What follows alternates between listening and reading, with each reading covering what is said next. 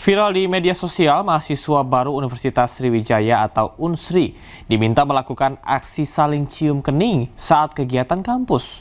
Pihak kampus telah memanggil mahasiswa penanggung jawab acara.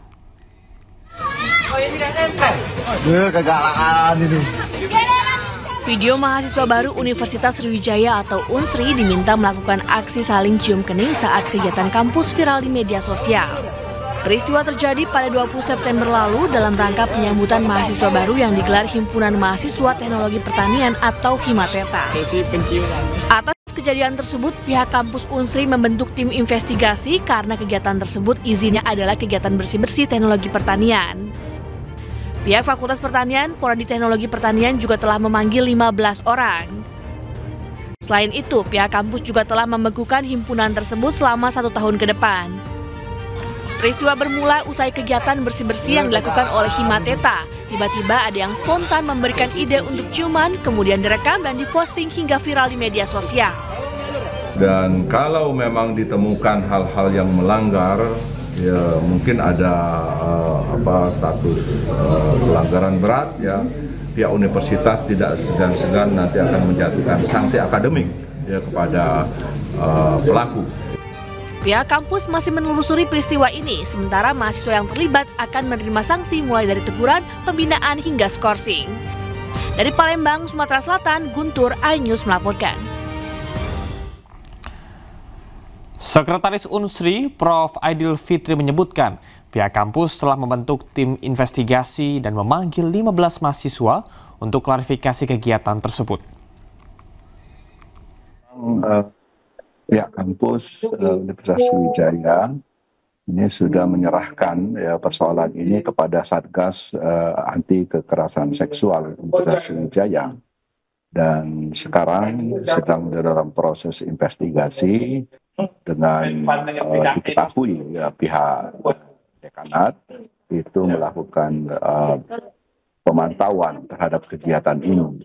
Ya, namun di akhir kegiatan ya terjadilah peristiwa itu, dan ini memang di luar pantauan dari pembina kemahasiswaan di Fakultas Pertanian Universitas Sriwijaya. Dan ini yang sudah diklarifikasi dan kita langsung mengambil langkah-langkah, diantaranya memanggil beberapa mahasiswa senior, kemudian mahasiswa baru, serta membekukan kepengurusan Himateta. Dan ini merupakan langkah yang cepat diambil pihak universitas sehingga bisa menjamin bahwa hal-hal yang serupa ini tidak akan terjadi lagi. Terima kasih Anda masih di iNews Malam bersama saya Camar Haenda. Akibat erupsi Gunung Lewotobi Laki-Laki, Bandara Frans Seda ditutup kembali.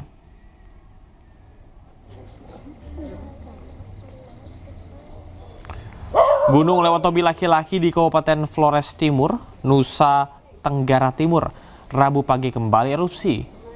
Tinggi kolom abu mencapai 500 meter di atas puncak. Akibatnya, penerbangan di Bandara Frans Seda Maumere di Kabupaten Sika ditutup. Penutupan dilakukan karena ruang udara tertutup akibat sebaran abu vulkanik. Hingga saat ini, pos pengamatan Gunung Lewotobi Laki-Laki masih menetapkan status level 4 atau awas.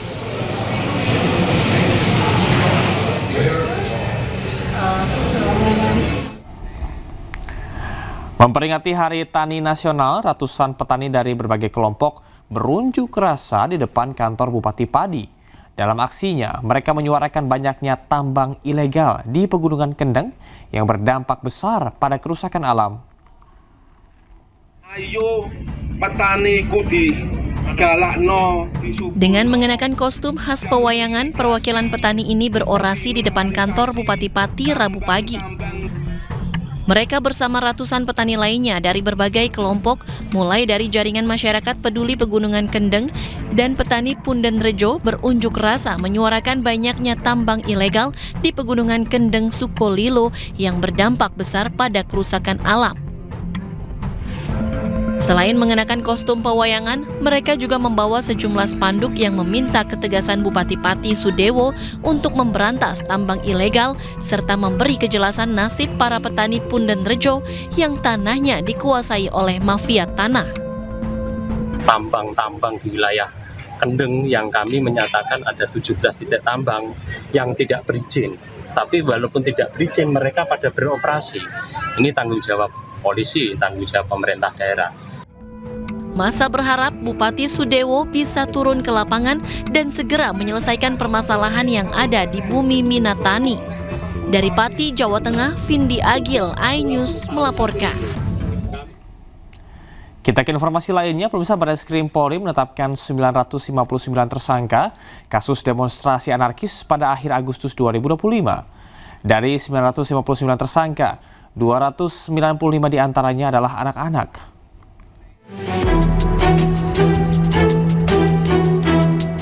Kabarreskrim Polres Komjen Syardianto mengungkapkan terdapat 959 orang ditetapkan sebagai tersangka dalam unjuk rasa berujung ricuh. Jumlah tersebut berdasarkan penegakan hukum yang dilakukan di angkat Barreskrim Polri dan 15 Polda jajaran di Indonesia. Dari ratusan tersangka, diantaranya 664 orang dari umur dewasa dan 295 lainnya adalah anak-anak.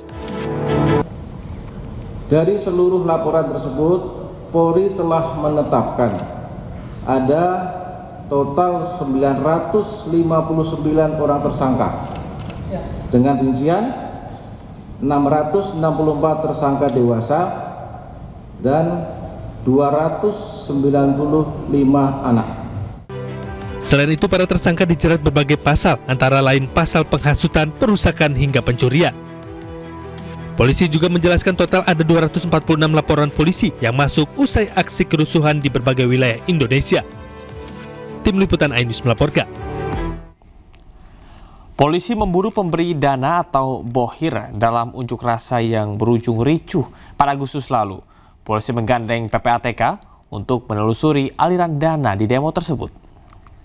Bahwa memang didapatkan seseorang mengasih uang dan lain sebagainya, didapatkan dari mana, ini masih proses pembuktian, dan pembuktian ini adalah melalui proses yang secara saintifik. Mungkin nanti kami juga terus berkoordinasi dengan PPATK terkait aliran-aliran dana. Saat ini sedang berproses untuk lebih jelas seperti apakah ada mastermind atau pendana yang pendana yang lainnya, semua masih dalam proses. Sementara itu, Nadiem Makarim mengajukan pra-peradilan usai ditetapkan sebagai tersangka korupsi laptop. Terkait hal ini, Kejagung akan menghadapi pra-peradilan dalam penetapan tersangka Nadiem. Mas Menteri, kata-kata hari ini, Mas Menteri. Mas Menteri. Usai ditetapkan sebagai tersangka korupsi laptop, mantan Mendikbudristek Nadiem Makarim ajukan pra-peradilan. Kuasa hukum menilai penetapan tersangka Nadiem tidak penuhi syarat minimal 2 alat bukti permulaan, salah satunya berupa audit kerugian negara dari BPK atau BPKP. Objek yang digugat itu ada di penetapan tersangka dan penahanan. Penetapan tersangkanya karena tidak ada 2 alat bukti permulaan yang cukup, salah satunya bukti audit kerugian negara dari instansi yang berwenang. Instansi yang berwenang itu kan BPK atau BPKP. Oh ya.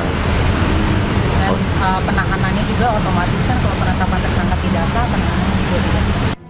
Sementara terkait bukti yang ditanyakan kuasa hukum, Kejaksaan Agung menyebut hal tersebut akan dibuktikan di persidangan.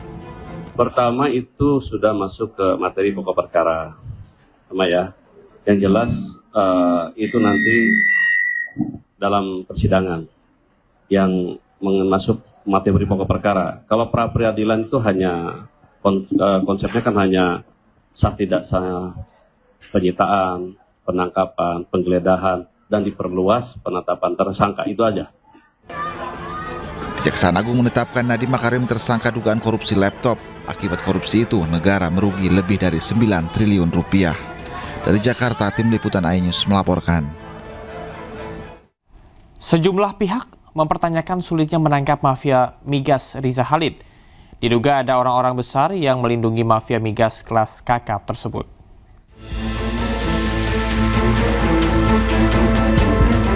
Setelah ditetapkan sebagai tersangka dalam kasus korupsi dan pencucian uang minyak mentah di PT Pertamina, Kejaksaan Agung belum juga berhasil menangkap Riza Khalid. Awalnya berembus kabar Riza berada di Singapura.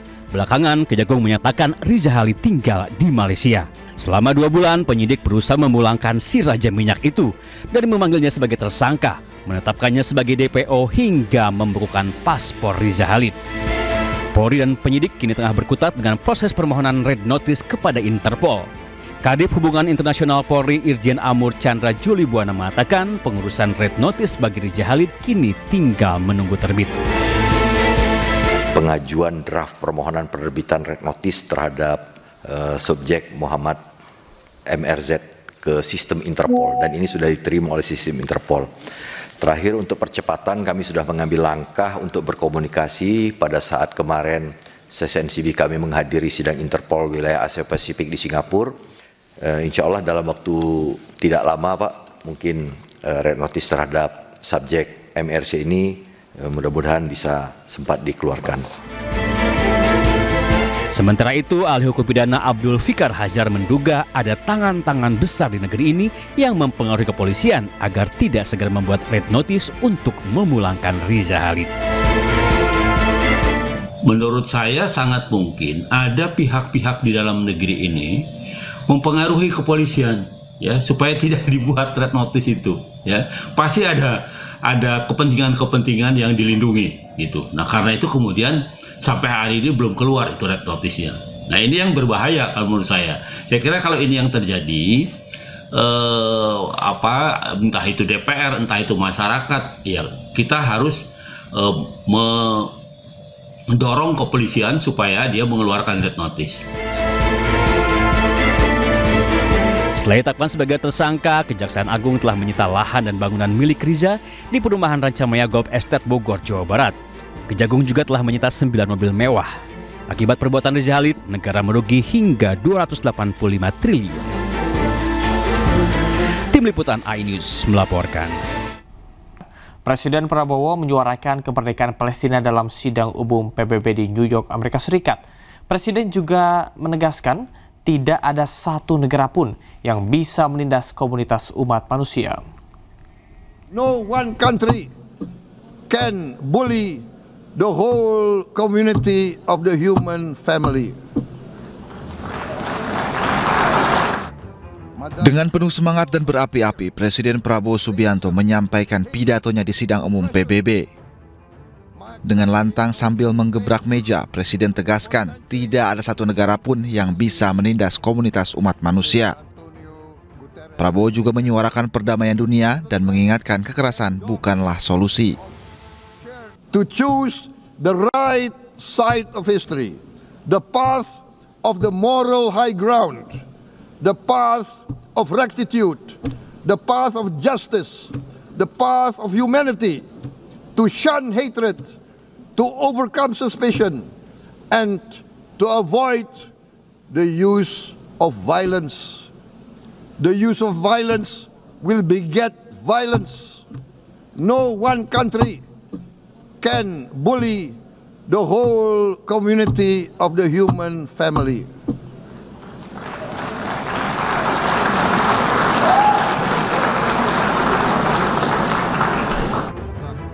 Suara lantang Presiden Prabowo dalam menyuarakan kemerdekaan Palestina menggentarkan kepala negara yang hadir di sidang umum PBB. Pidato Presiden menjadi salah satu momen bersejarah karena mendapat giliran pidato di hari pertama dengan urutan 3.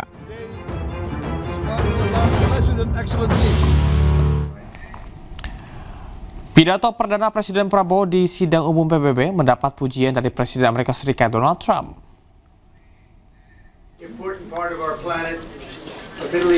Pujian tersebut disampaikan saat pertemuan bilateral antar negara Timur Tengah atas undangan Presiden Trump. Presiden Donald Trump dalam pengantar pertemuannya tidak hanya berbicara tentang pentingnya forum, tapi juga menyempatkan diri mengapresiasi Presiden Prabowo. Trump melontarkan pujiannya secara terbuka Presiden Amerika Serikat tersebut menilai pidato Prabowo penuh ketegasan dan energi, bahkan menyebut gaya komunikasinya mampu menggugah perhatian para pemimpin dunia. They want their son or daughter back, and you too, my friend. Great speech. You did a great job pounding on that table. I said, how would you like to deal with him when you left? It's not easy. You did a great job. Thank you very much.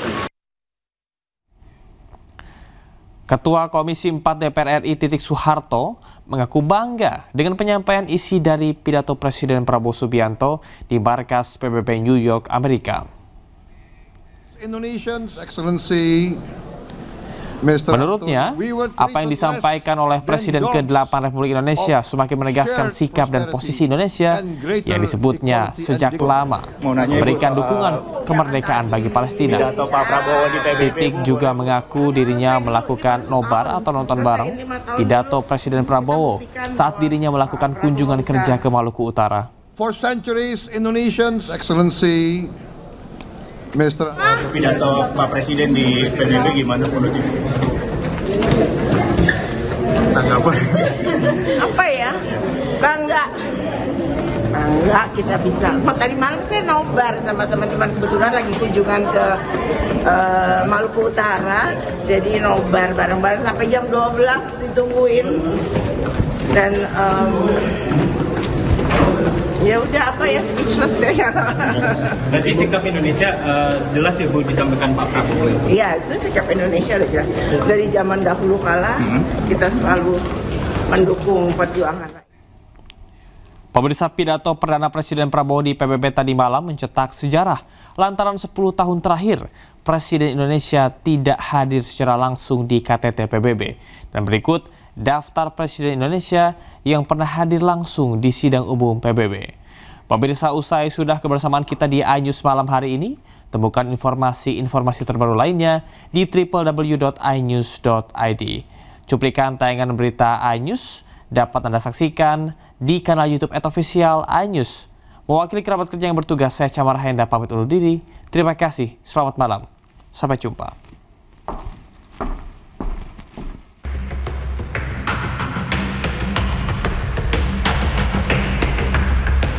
Presiden pertama Indonesia, Soekarno, menjadi pemimpin Indonesia yang pertama kali berpidato di depan Perserikatan Bangsa-Bangsa. Bung Karno berpidato di sidang umum ke-15 PBB di New York pada 30 September 1960. Meski telah 65 tahun lalu, namun pidatonya yang mengangkat tema membangun dunia baru atau To Build the World New menjadi salah satu memori dunia. Selain Presiden Soekarno, Presiden Soeharto berpidato 2 kali dalam sidang umum PBB, yaitu pada tahun 1992 dan 1995. Pada tahun 92, Soeharto sampaikan pesan Jakarta yang tak hanya mewakili Indonesia, tetapi juga 108 anggota gerakan non-blok. Estafet pidato Presiden RI di sidang umum PBB selanjutnya dipegang Presiden kelima RI, Megawati Soekarno Putri. Megawati 2 kali hadir dalam sidang umum PBB, yakni pada 2001 dan 2003. Pidato Megawati menegaskan perlunya reformasi mendasar dalam PBB. Presiden ke-6 RI, Susilo Bambang Yudhoyono, cukup aktif dalam sidang umum PBB. Selama masa kepemimpinannya yang berlangsung 10 tahun, SBY hadir 6 kali dalam sidang umum PBB. SBY pertama kali berpidato di forum internasional pada sidang umum ke-62 tahun 2007. Presiden ke-7 RI, Joko Widodo, tidak pernah hadir langsung di sidang umum PBB. Jokowi lebih memilih menyampaikan pidato secara virtual pada 2020 dan 2021, di mana saat itu pandemi COVID-19 masih melanda dunia. Jokowi menyoroti solidaritas global, penanganan pandemi, serta kerjasama dalam pemulihan ekonomi. Absennya Jokowi secara fisik di New York selama 10 tahun membuat kehadiran Presiden Prabowo pada sidang umum PBB begitu bermakna.